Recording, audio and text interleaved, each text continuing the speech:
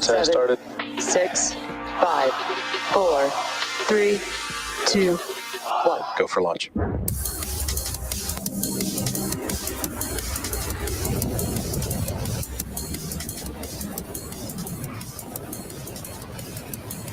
Vehicle is supersonic. Stage separation confirmed. Dragon separation confirmed.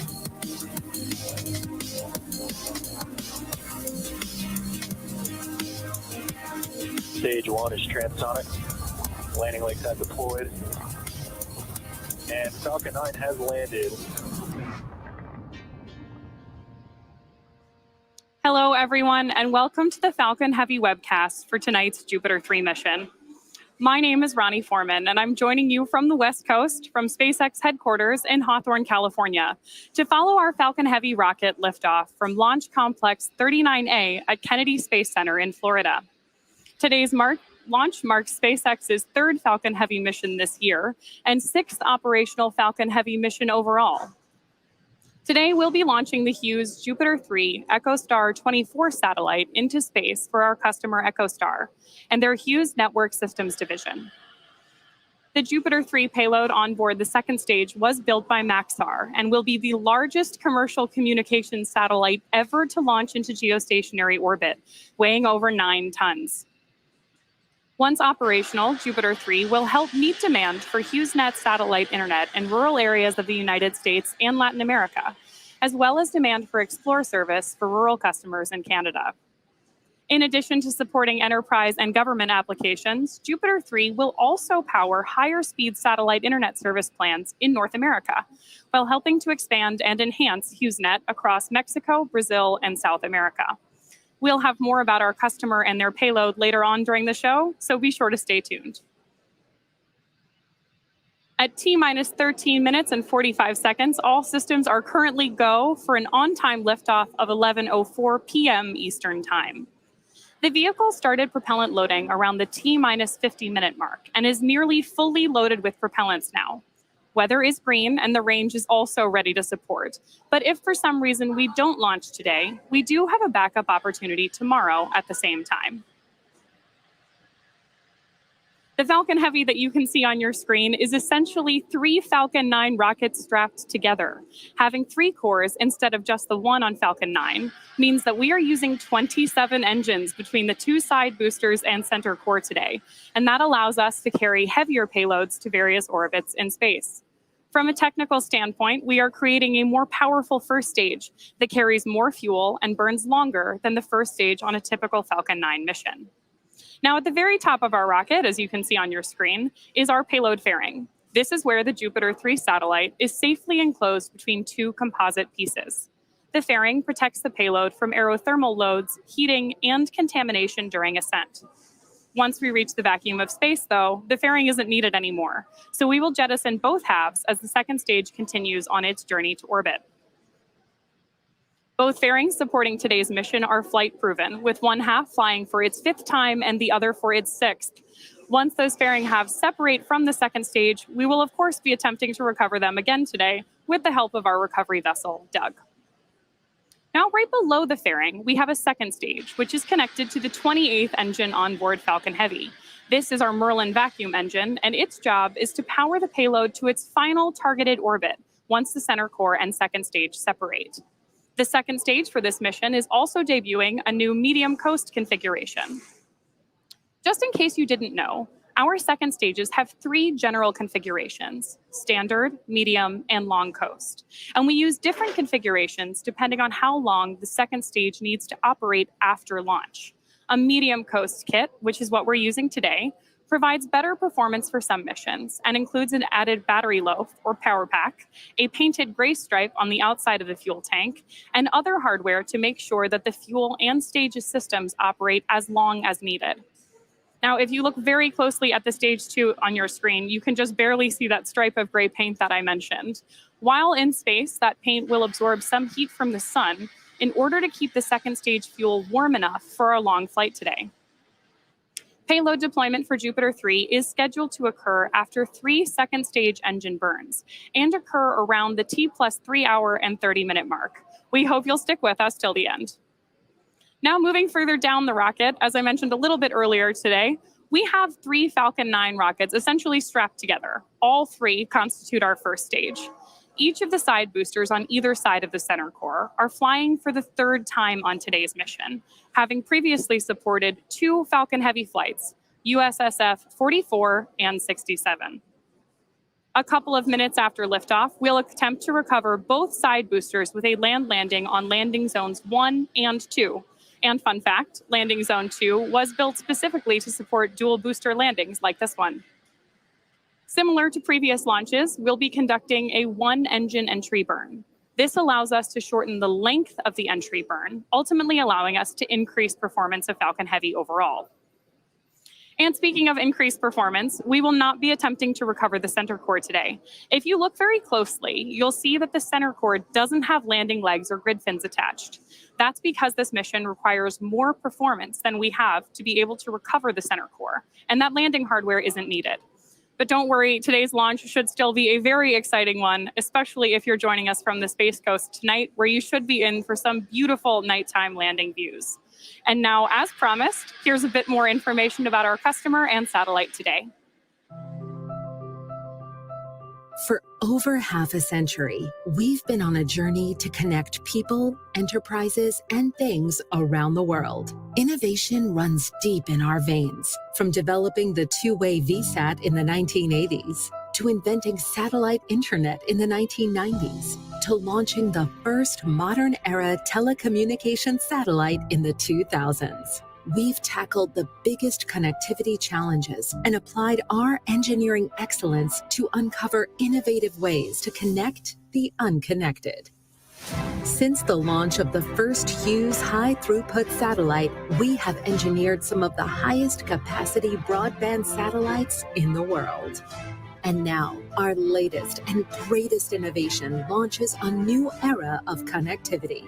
Jupiter 3, the world's largest commercial communications satellite. 26 feet tall when stowed, it boasts 14 solar panels unfurled.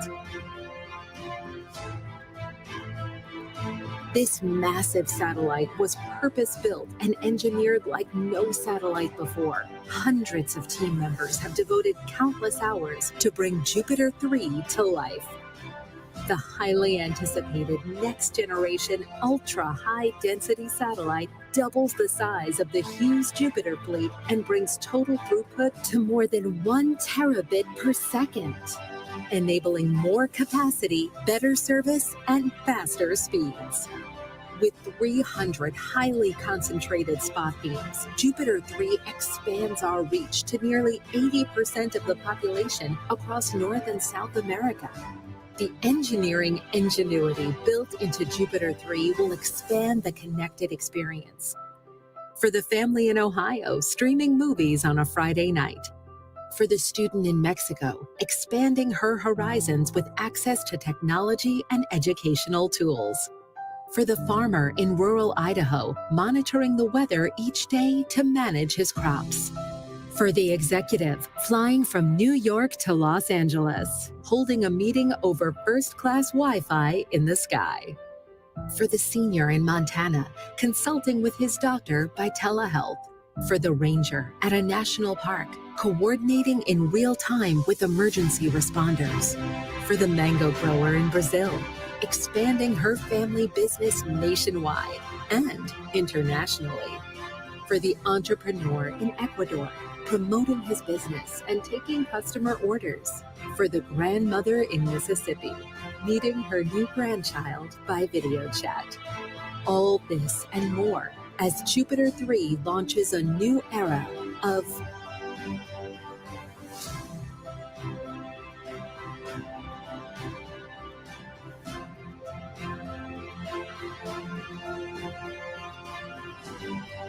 join us. With liftoff just about 6 minutes and 15 seconds from now, the vehicle and payload are healthy, and propellant load is well underway on the launch pad. Speaking of the launch pad, you may often hear the pad on your screen referred to as Historic Launch Complex 39A, and there's good reason for that. LC-39A was originally built to support the Apollo program with the goal of landing humans on the moon. This launch pad eventually supported the Apollo 11 mission to the lunar surface, carrying NASA astronauts Neil Armstrong, Buzz Aldrin, and Michael Collins in July of 1969. So we're just about a week past the 54-year anniversary. And after numerous launches of the Saturn V and Space Shuttle vehicles, the launch pad was leased to SpaceX in 2014. Since then, we've launched 66 missions and 38 humans to space from Launch Complex 39A. Today's mission will mark SpaceX's 249th overall mission to date, our 67th mission from 39A, and 50th launch of 2023. We look forward to reaching even greater space milestones on this launch pad for years to come. Now, coming up next, we should hear the call out for strong back retract.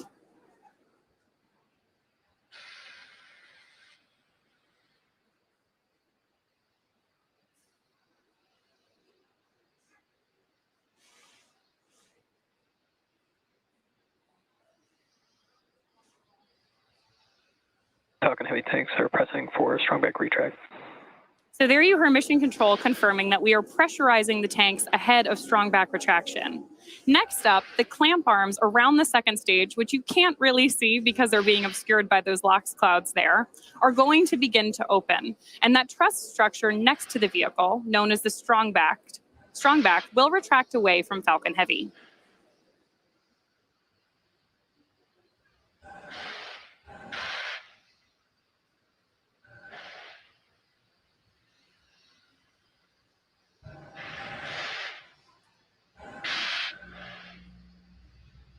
Again, those clouds that you see forming around the vehicle are nothing to worry about. That's actually liquid oxygen boiling off the surface of the tanks inside the rocket. As that boiled off liquid oxygen meets the warm Florida air, it's forming actual clouds around the vehicle.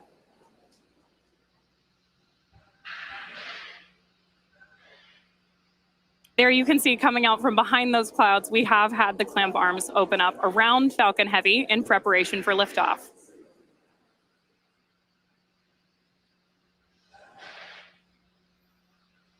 There you have a great view of the strong back actually pulling away from the vehicle.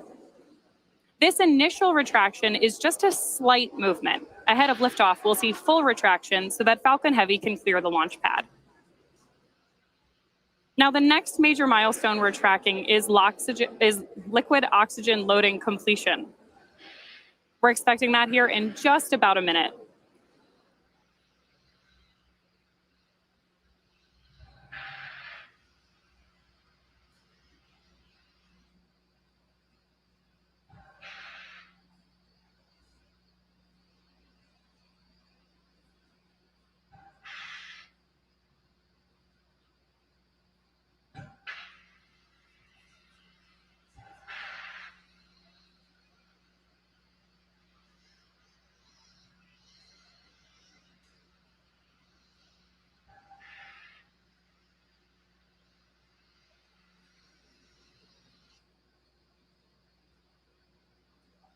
Just about 25 seconds left of liquid oxygen loading.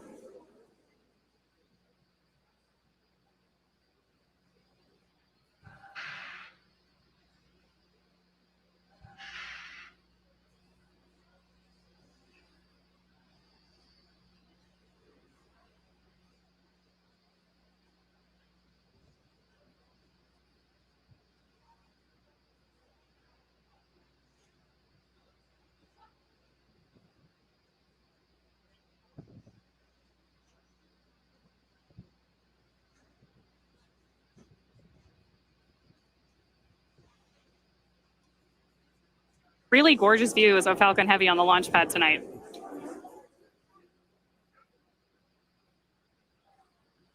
The next major milestone we're tracking is going to be the announcement that Falcon Heavy is in startup mode, which means that the internal flight computers have taken over the final count in the lead up to liftoff. About T-minus 1 minute is when we expect to hear that call out, and that's also when stages 1 and 2 will begin to pressurize for launch.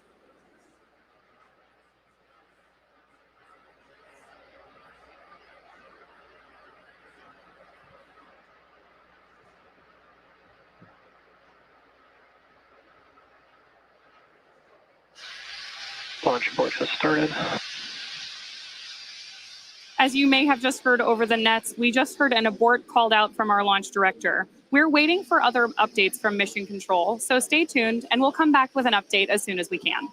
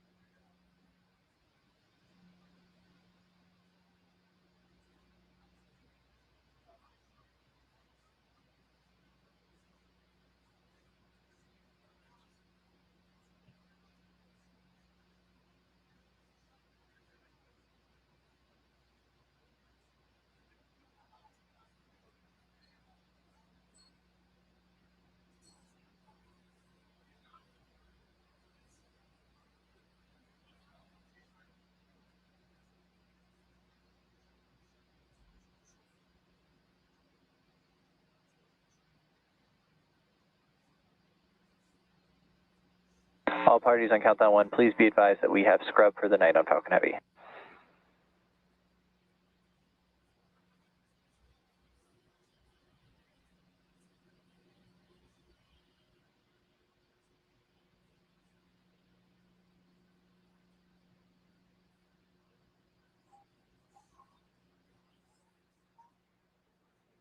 If you've been following along, you know we had an abort during the countdown tonight at T-minus 1 minute and 5 seconds. Prior to that, the countdown was proceeding nominally. And keep in mind that the purpose of the countdown is to help us catch potential issues prior to flight. There are 1,000 ways that a launch can go wrong and only one that it can go right. So given that, we are overly cautious on the ground. And if the team or the vehicle sees anything that just looks even slightly off, they'll stop the countdown. Again, the vehicle and payload are in good health, but this will end our launch attempt for today. Our next launch opportunity is tomorrow around the same time, so keep an eye on our social media channels for updates. Hopefully you'll join us. Thanks for joining us today. We'll see you next time.